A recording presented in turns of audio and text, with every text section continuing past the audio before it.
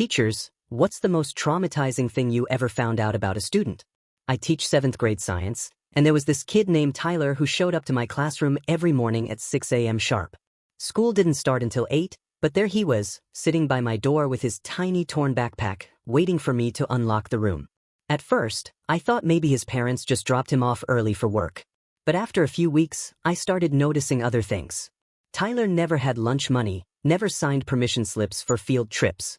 His clothes were always the same wrinkled t-shirt and jeans, and that backpack looked like it had been through a blender. Other teachers complained he fell asleep in class. But honestly, the kid was so quiet, I barely noticed him. He'd just sit in the back corner, never cause trouble, never ask questions, just existed.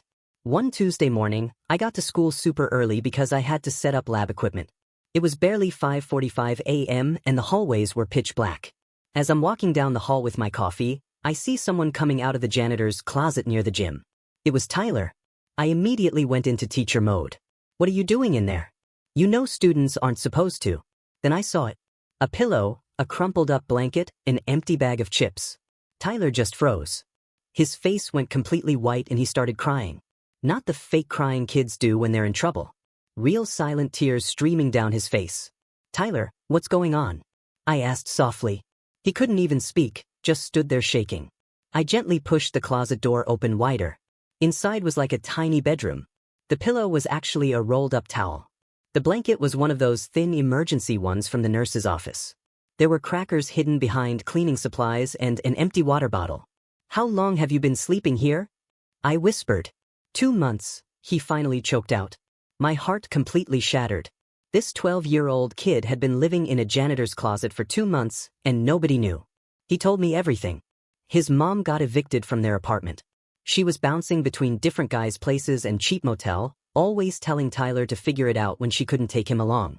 So he did.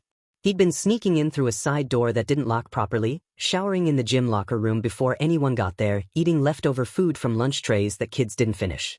The janitor, Mr. Kim, knew, but didn't report it because he used to be homeless, too.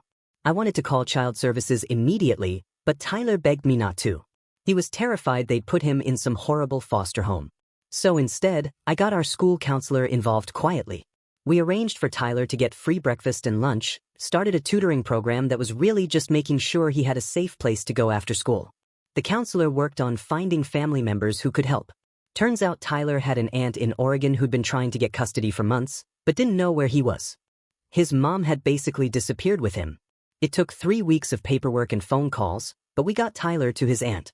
The day he left, he hugged me so tight I thought my ribs might crack.